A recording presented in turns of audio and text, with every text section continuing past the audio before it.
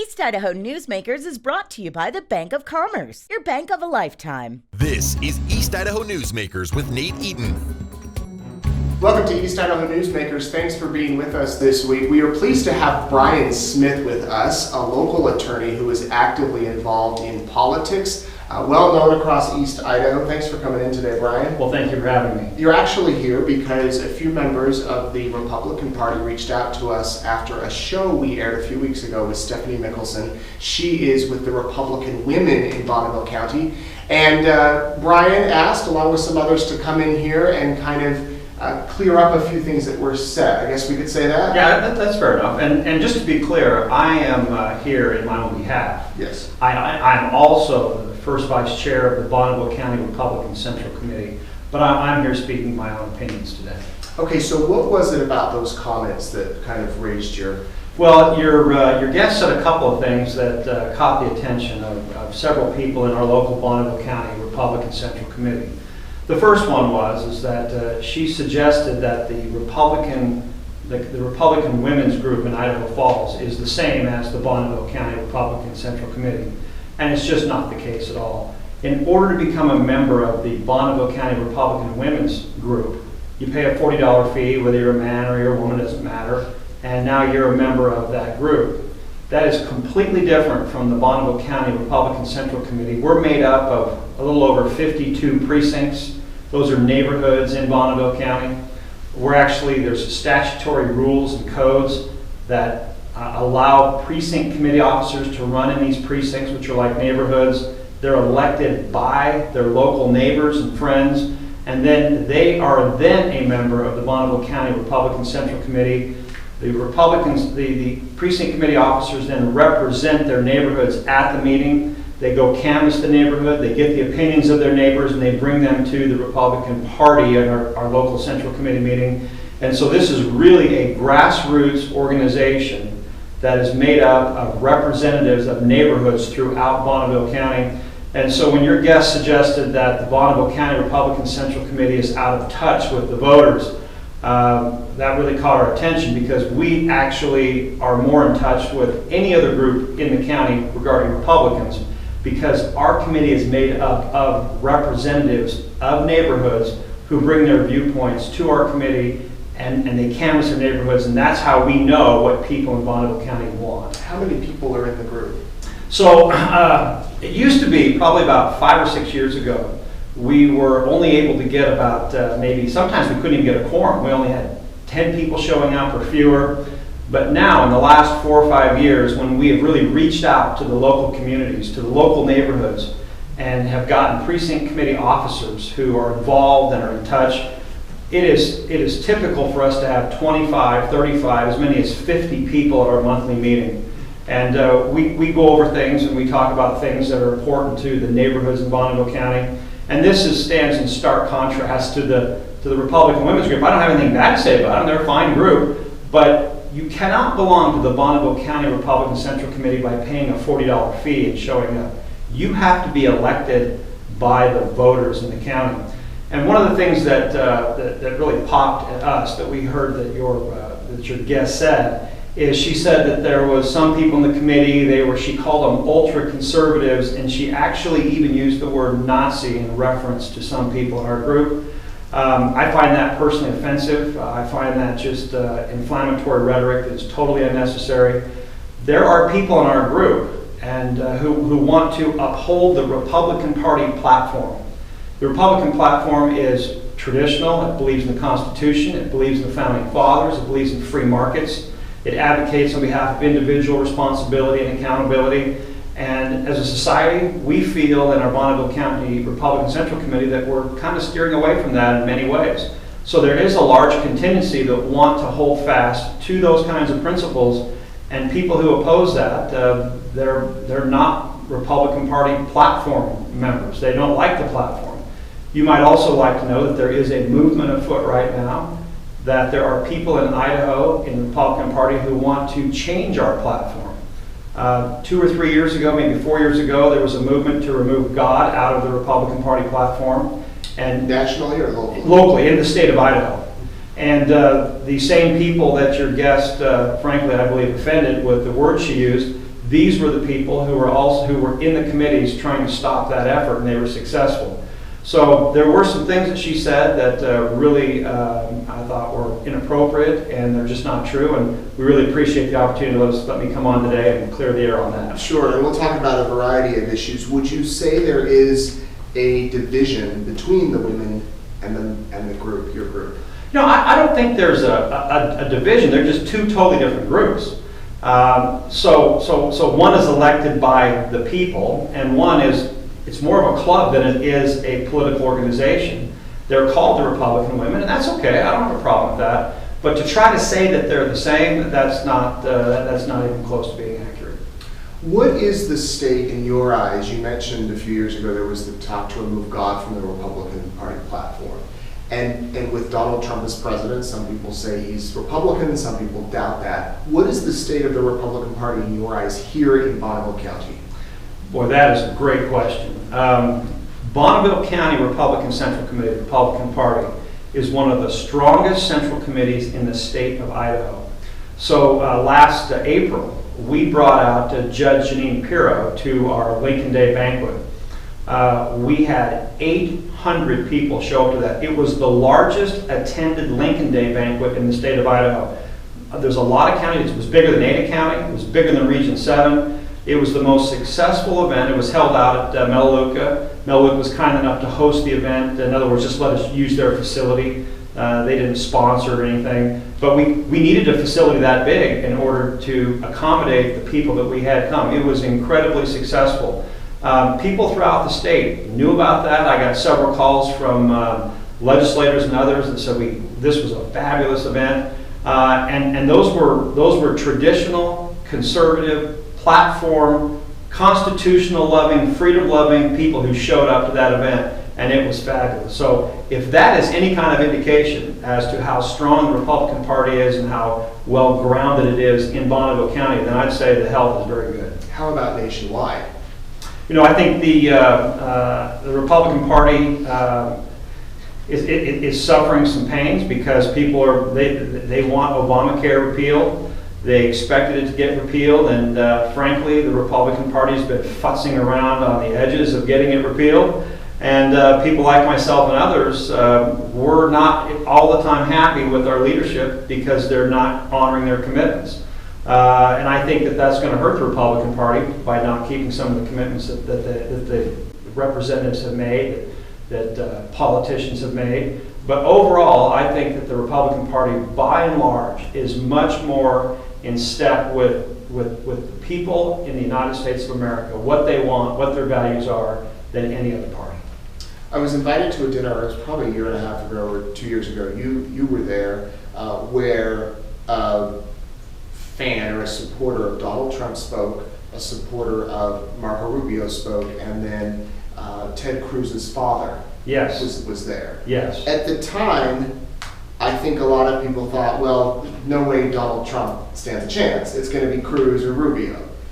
Did you think Donald Trump had a chance, and what are your thoughts of how he's doing so far? You know, what a great question. In fact, the event you're referring to was the Lincoln Day event for Region 7. And I was the Region 7 chair at the time. We put that format together. There's another example of how well the Republican Party is doing in Southeast Idaho. It was a packed room. A packed room, and we had 550 people at that event, but the one we just held in April was almost 800. So, and that was a great event. And I thought Ted Cruz's father gave one of the best political speeches I've ever heard in my life. It was fabulous. Now, you asked me, did I think that Donald Trump would win? No, I did not think that he would win. I really didn't think he'd get the nomination, but as time went on, that became, the numbers just showed that he was going to get it. But when he first came out, I really didn't think he would. I mean, when you're one of 17, nobody's likely to get it, frankly. But you know, he did get it, and when he got the nomination, I was a Ted Cruz supporter, but when Donald Trump got the nomination, I was a Donald Trump supporter, and I still am today. In terms of the job that he's doing, you know, it's amazing. This guy has got the traditional media. We'll exclude your news group from that, okay, if we do that. But the traditional media just takes shots at him constantly. And he has used Twitter to his advantage. He's used non-traditional media. He did something that nobody thought was possible. And even today, look what he's doing. He has already gotten Gorsuch on the Supreme Court. He's gotten us out of some foreign treaties. He did some things yesterday with the military that I know a lot of conservatives are happy about. And so is he able to accomplish everything he wants to? No, he's not. But he has accomplished many things that conservative Republicans are really happy about. Has he shaken up the party? I don't know what influence he's had on the party. There's a lot of people, but when I say a lot of people, I should say there are some people who are politicians who don't like what he's doing. So, John McCain's not happy with President Trump. He says it quite often. John McCain is a traditional, moderate, establishment Republican. He is somebody who is business as usual. We need to change things if we're going to change the direction of our country. And so there are people like that aren't happy with Donald Trump, but then there are a lot of Republicans that are. I think by and large the Republican Party is very happy with Donald Trump's performance, and I can assure you this. The Republicans are much more happy. They're much happier than if Hillary Clinton were the president. You're right about that. I'm right about that. All right, we're going to take a quick break. When we come back, I want to talk about the future of the Republican Party here in Idaho, in Bonneville County, the future of the party nationwide, and any rising stars that you see on the horizon that maybe in 7.5 years might become president. So we'll be right back. At the Bank of Commerce, we understand the hard work, determination, and sacrifice it takes to run a successful business. That's why we're here every step of the way to help make your dreams come true.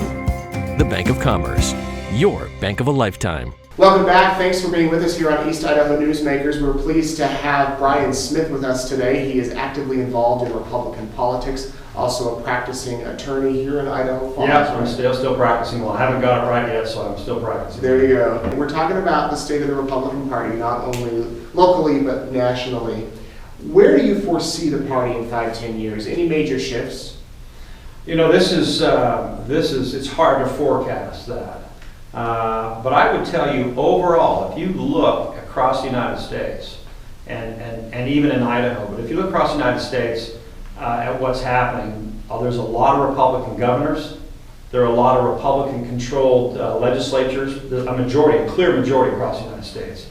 And what you see is that even Congress and even the Senate and the House, both of them are getting more people who are more conservative as time goes on. I think the people are that way. The fact that Donald Trump, with things that he said during the campaign and things that he promised, people kept writing him off because, I can't believe he said that. But in the end, he was elected president of the United States. I think that there is a groundswell of support for the values and the characteristics of the Republican Party, what we stand for, what we represent. I mean, we're the only party that supports the Constitution, that supports limited government, that supports free markets and personal accountability and personal responsibility. These were the concepts that our country was founded on. And it is true that there are people in the Republican Party who run as Republicans that don't believe those things. But I see, even in Idaho, I see a groundswell of support for those principles, and I'm very optimistic about the future of our party and the future of our country. There's talk, and I don't know how much I buy into this or not, that the Republican Party is in trouble with the millennial generation. That the values of the party are out of touch, whether it comes to gay marriage or abortion or whatever. That the social issues millennials might have an issue with, but they actually like the political issues and whatnot. Is there an argument there? Yeah, that's a really great question. In our party, locally, we're getting more and more of these millennials out getting involved in our local party.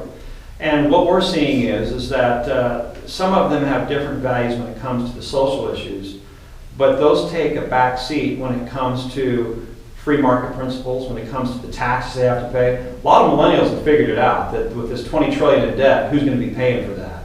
And we have a great message as Republicans for that.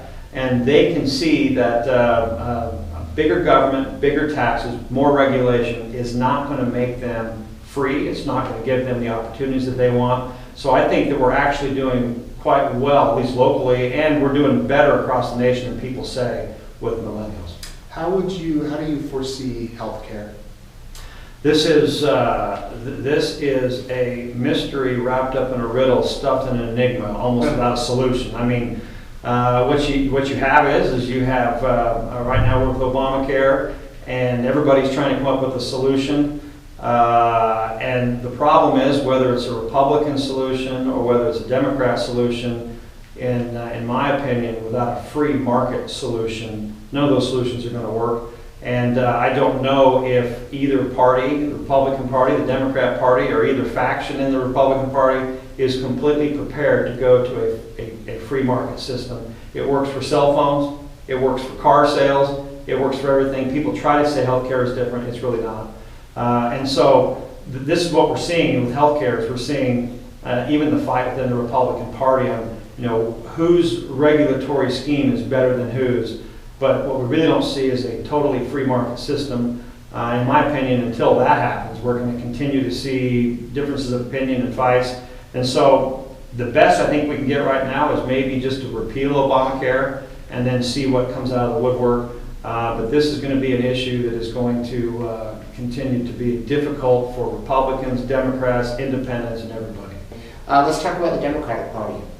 Where do you foresee that party in 5-10 years? If the best indication of the future is where you've been in the past and where you're headed. The Democratic Party is completely out of touch with people, the mainstream Americans. They do all kinds of crazy things that they're talking about, in my opinion. And they want bigger government's the solution to everything. I mean, look at Bernie Sanders. When Bernie Sanders ran, he ran as a Democrat.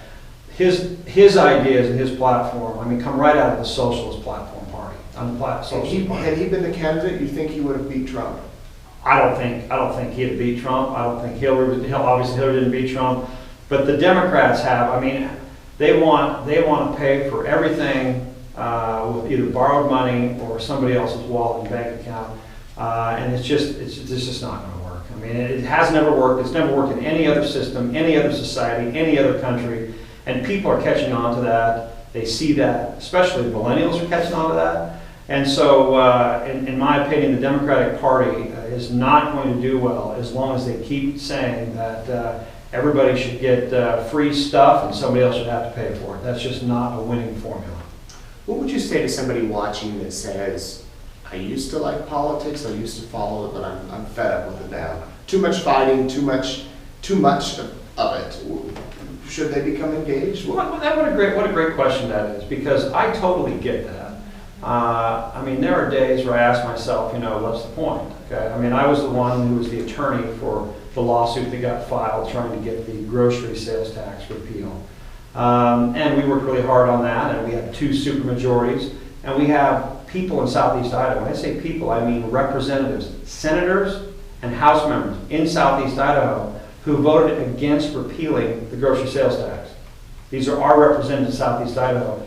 And you talk to them about things like that and they don't change their mind. I can see why people would get frustrated and that they would want to, I don't want to say give up, because that sounds pretty harsh, but why they would want to not be involved. Just tune out is a good term.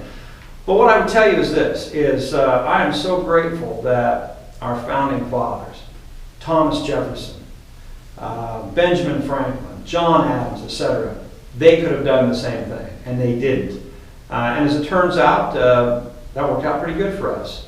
I believe that in Idaho, at least, the conservative movement, the conservative movement is actually about 3 feet away from gold. We've got a lot of great candidates that are running. The future of our state looks great. I would hate to see a miner who works his whole life mining for gold quit or tune out when he's just 3 feet away and just didn't know it. And I think that's where we are right now in Idaho. You mentioned candidates. The governor's race, there's 3 pretty strong candidates on the Republican ticket. What are your thoughts? Well, what an interesting race this is turning out to be. So basically what you have is Brad Little, who is pretty much, some people would say he has an otter agenda. He's been with Butch Otter for many years. Then you have Tommy Ahlquist, who's a newcomer to politics, never been in politics. He has a lot of money. He's been very successful financially, and he's going to spend a lot of money in this race, kind of like Donald Trump did. And then you have Raul Labrador, who's was a former member, I guess he's still a member of the Freedom Caucus. He's considered one of the conservative members of Congress. And this is going to shape up to be quite a race in the state of Idaho, unlike anything that I'll be able to remember in my lifetime so far. So people really ought to pay attention and get engaged and find out what they believe and vote their conscience. Are you publicly supporting any? Yes, I've come out. I am clearly a supporter of Raul Labrador. Okay. You think he'll win? I do think he's going to win. I do. Yeah, I do. The other candidates have got some real problems. Okay. Future stars, or not stars, let's say future, who has a future in the Republican Party nationwide? Are there any youngsters coming up? I mean, is Rubio's time over? You know, I don't have a crystal ball for that. You know, as soon as you write somebody off, I mean, look what they did with Donald Trump. He was written off the day he announced now he's president. So I don't know if I'm the person to forecast those kinds of things. I can tell you locally, we have some very, very good representatives. Brian Zollinger is a representative from Southeast Idaho. He has a very, very good voting record. And so is Ron Nate from Rexburg. I mean, people would need to understand that there's a big difference between their representatives. So there's a Freedom Index in Idaho. If you look at Ron Nate, and the Freedom Index is basically an index that judges legislation based on, it scores legislation based on whether it promotes freedom, promotes less government, promotes free market ideas, or whether it's just the opposite. And the Freedom Index will score bills, and then at the end of the session, they see how people voted. So they're not really scoring legislators, they're scoring these bills, and they see how their votes stack up to that. Carrie Hanks gets a very high score. She's in the 90s. From Fremont County, Ron Nate is in the 90s. Brian Zollinger is in the 90s. There are other representatives from Southeast Idaho who are in the 30s and in the 40s. We have a representative from Southeast Idaho who wouldn't let a gun bill out of his drawer. It was supported by the Second Amendment or the Second Amendment Alliance Group, and he wouldn't even give it a hearing. It's called the Castle Doctrine. California passed the law. We can't even get a vote over here. So there are some, as in all things, there are some rising stars, and then there are some people who are sinking stars, and those exist in Southeast Idaho. And we're really optimistic that we're going to see more of these people. You know, Bart Davis now is going to be, got an appointment. So there's going to be somebody taking over his position. That's going to be something that takes place in the next several months. So we're going to see some new people and some new faces in Boise. What about you? I'm just happy to be the first vice chair currently. And that's all I can do that today. Do you foresee running for office? Well, let's just say that I have not shut the door on a political future. I don't know what that brings. You never know. You know, things could change in a person's life in terms of health or other kinds of things. So I'm just happy to be participating now as the first vice chair in the Bonneville County Central Committee, Republican Central Committee, and really grateful that we have such a great organization and we have a lot of people working hard. There are a lot of people that are trying very hard to change the direction of our legislature. We have a governor who vetoed a lot of great bills that would have been good for the people of the state of Idaho. The civil forfeiture bill, the grocery sales tax bill. He also vetoed a bill that would have allowed cosmetologists to do makeup without having to be licensed in certain settings. We need to let people be free. We need to let government get out of the way and let people be successful. And as long as that is threatened, I'll always be involved. So you may have piqued the interest of somebody watching with something you've said that maybe hasn't followed politics before, doesn't know what to do to get involved. What would you say to them? What should they do now? That's another great question. I got a call this last week from a doctor friend of mine, and he called me and said some things that happened politically that he's been watching. He says, I've had it. What can I do to get involved?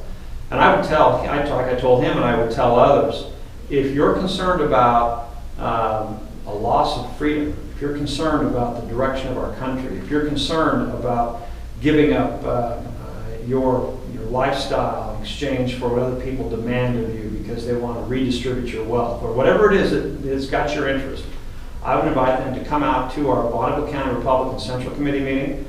I want to get this right. I think it's the second Thursday of every month at 7 o'clock. We meet at Smith Chevrolet. And one of the things we do is we spend a platform minute. We go over a platform principle. We talk about the platform and the principles of the Republican Party. These are some of the best moments of our meeting because now you have 30, 40 people talking about what they see the principle means, and they bring their ideas and and the people that they represent, and it's just always a great discussion. And so I would invite people to come out to our Bonneville County Republican Central Committee meetings, just see what we do and get involved, because it's not a majority of the people that make a difference. It's a majority of those people who get involved that make a difference. And you are very involved, and we appreciate you coming in here. Bryan Smith, actively involved with the Republican Party here in Bonneville County, although not speaking on their behalf today. Today I'm just here as an individual, but I am the first vice chair. First Vice Chair, thank you very much for joining us on East Idaho Newsmakers. If you know of anybody else that you think we should interview on East Idaho Newsmakers, you can email news@eastidahonews.com, and we hope you have a good week. East Idaho Newsmakers is brought to you by the Bank of Commerce, your bank of a lifetime.